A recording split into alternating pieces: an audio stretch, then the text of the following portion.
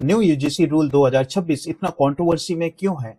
इस रेगुलेशन को नोटिफाई किया है UGC promotion of equity in higher education institutions regulation 2026 के द्वारा। आज के सेशन में हम देखेंगे यूजीसी एक्ट के बेसिक्स क्या हैं, न्यू यूजीसी रूल 2026 है क्या, इक्वल अपॉर्चुनिटी सेंटर्स क्यों बनाए जा रहे हैं, इसका फंक्शन क्या होगा, एम्ब्योर्ड्स पर्सन्स कौन होंगे और कॉन्स्टिट्यूशनल एंड लीगल बैकिंग क्या है, इसके लिए जानेंगे सब कुछ डिटेल में। नमस्कार दोस्तों, स्वागत है आपका स्टूडेंट मित्र से अनिल मिश्रा। जैसा कि आप देख पा रहे हो, इंडियन एक्सप्रेस का न्यूज है, how far can UGC new anti discrimination rule go to address caste on campus academic way. ठीक है, इसको जानेंगे क्यों ऐसा हो रहा है, क्यों डिस्क्रिमिनेशन या कंट्रोवर्सी की बात हो रही है।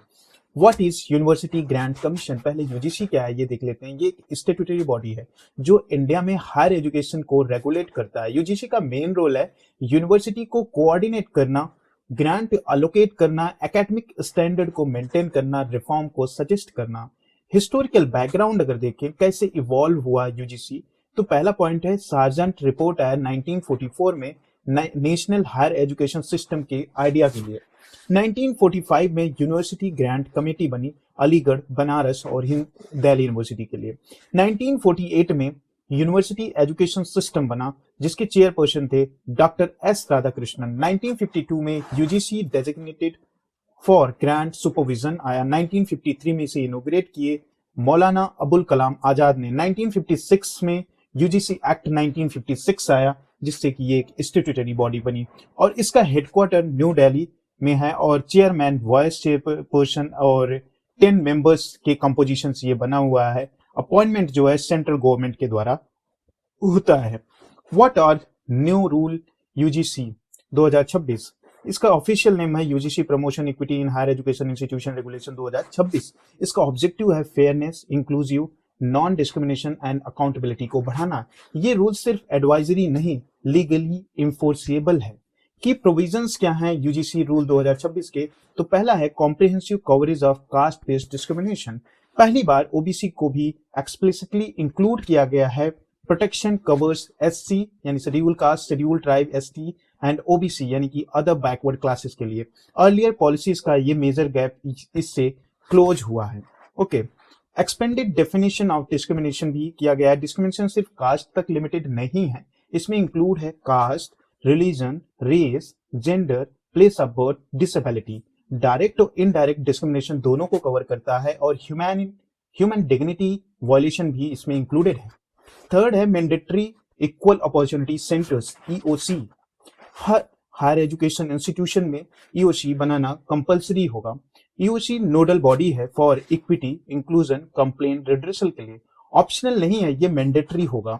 ठीक है, इक्विटी कमेटी अंडर ईओसी। हर इंस्टीट्यूशन में इक्विटी कमेटी होगी जिसके chairperson head of institution. Inclusive representation compulsory होगा। रिप्रेजेंटेशन फ्रॉम एससी यानी schedule caste, ST, OBC, women, person with disability के जरिए रिप्रेजेंटेशन होगा इसका। तो यहीं पे आता है कंट्रोवर्सी का क्वेश्चन कि यहाँ पे कोई जनरल नहीं है, सामान्य वर्ग से कोई भी इस कमेटी का मेंबर नहीं है। तो मेन कंट्रोवर्सी का ये पार्ट है, कोर पार्ट है कंट्रोवर्सी का। ठीक है, तो आप अपना कमेंट सेक्शन में जरूर बताना कि ये सही है या गलत है या क्या करना चाहिए गवर्नमेंट को। नेक्स्ट फिफ्थ पॉइंट है reporting and compliance mechanism. Transparency को स्ट्रॉन्ग किया गया है। ईओसी जो है बाई एनुअल रिपोर्ट देगा। इंस्टीट्यूशंस जो हायर इंस्टीट्यूशंस हैं वो एनुअल इक्विटी रिपोर्ट सबमिट करेंगे यूजीसी को और पेपर टाइगर नहीं बल्कि डेटाबेस मॉनिटरिंग होगी। Leadership accountability, head of institution personally responsible होंगे डिस्क्रिमिनेशन एलिमिनेट करने के लिए, खत्म करने के लिए, इक्विटी प्रमोट करने के लिए, रूल कंप्लायंस के लिए। कलेक्टिव रिस्पॉन्सिबिलिटी का ये एक्सक्यूज खत्म कर देगा। Okay, national level monitoring committee होगी। इसमें यूजीसी एक नेशनल मॉनिटरिंग कमेटी बनाएगा जिसमें मेंबर होंगे स्टैट्यूटरी बॉडीज, सिविल सोसाइटी और मीटिंग इसका मिनिमम जो है 2 टाइम पर ईयर होगा, minimum 2 time per year. Strict penalties for non compliance, अगर रूल वायलेट हुआ यूजीसी स्कीम से डिबार्ड किया जाएगा उसको। डिग्री ऑनलाइन डिस्टेंस प्रोग्राम पर बैन कर दिया जाएगा। यूजीसी रिकॉग्निशन विड्रॉ कर दिया जाएगा। Teeth with the law. Next है व्हाट इज एम्ब्योर्ड्स पर्सन। फिर ये कौन है? एम्ब्योर्ड्स पर्सन जो है इंडिपेंडेंट अपीलेट अथॉरिटी होगी। जब इंस्टीट्यूशन का इंटरनल मैकेनिज्म फेल हो जाए स्टूडेंट स्टाफ एम्बियोर्स पर्सन के पास जा सकते हैं, न्यूट्रल एंड इम्पार्शियल अथॉरिटी होगी, ट्रांसपेरेंसी और टाइमली जस्टिस मिलेगा, डिसीजन बाइंडिंग होगी इनकी। Okay, role of equal opportunity centres, EOC सिर्फ कंप्लेंट्स ऑफिस नहीं होंगी, सिस्टमैटिक रिफॉर्म बॉडी है ये। की फंक्शन है इसके इक्विटी एंड सोशल इंक्लूजन को प्रमोट करना, डिस्क्रिमिनेशन को एलिमिनेट करना, हार्मोनियस कैंपस एनवायरनमेंट बनाना, अवेयरनेस एंड सेंसिटाइजेशन प्रोग्राम चलाना, प्रोटेक्शन फ्रॉम रिटेलिएशंस को करना, ऑनलाइन कंप्लेन पोर्टल बनाना, वेलफेयर स्कीम डिसमिनेशन करना और इंक्लूसिव एडमिशन प्रोसेस बनाना। Equity committee composition, mandatory members होंगे इसके, हेड ऑफ इंस्टीट्यूशन चेयरपर्सन होंगे, 3 सीनियर फैकल्टी होंगे, 1 नॉन टीचिंग स्टाफ होंगे, 2 सिविल सोसाइटी रिप्रेजेंटेटिव्स होंगे, 2 स्टूडेंट रिप्रेजेंटेटिव होंगे, स्पेशल इनवाइटीज, ईओसी कोऑर्डिनेटर जो है मेंबर सेक्रेटरी होंगे। रिप्रेजेंटेशन डाइवर्सिटी मैंडेटरी होगा इसके लिए। कॉन्स्टिट्यूशनल एंड लीगल बैकिंग अगर इसकी देखी जाए तो कॉन्स्टिट्यूशनल प्रोविजन में आर्टिकल 14 इक्वालिटी बिफोर लॉ के लिए है, आर्टिकल 15 प्रोहिबिशन ऑफ डिस्क्रिमिनेशन के लिए है, article 16 equal opportunity in employment की बात करता है और आर्टिकल 17 एबोलिशन ऑफ अनटचेबिलिटी के लिए और आर्टिकल 46 जो है प्रोटेक्शन ऑफ वीकर सेक्शन के लिए कहा गया है इसमें।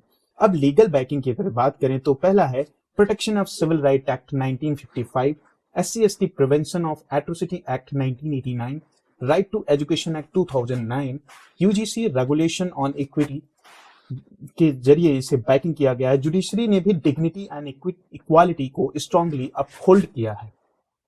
इम्पैक्ट क्या होगा कास्ट डिस्क्रिमिनेशन ऑन एजुकेशन, तो सीरियस कंसिक्वेंसेज होंगे जैसे हैं, पहला कॉन्स्टिट्यूशनल वैल्यूज का इरोजन, एलिट इंस्टीट्यूशन में अंडर रिप्रेजेंटेशन होना, हायर ड्रॉप आउट रेट होना, साइकोलॉजिकल एक्सक्लूजन होना, वीक ग्रीवांस रिडेशल होना, कैंपस सेग्रीगेशन होना। थोराट कमेटी 2007 के जरिए हॉस्टल डाइनिंग स्पोर्ट में सेग्रीगेशन को हाईलाइट किया है। तो दोस्तों यूजीसी रूल 2026 एक रेगुलेटरी रिफॉर्म नहीं, एक सोशल रिफॉर्म है। ये रेगुलेशन कॉन्स्टिट्यूशन के वैल्यू को ऑपरेशनलाइज करती हैं, कैंपस को सेफर एंड इंक्लूसिव बनाती हैं, एजुकेशन को रियल एम्पावरमेंट टूल बनाती हैं।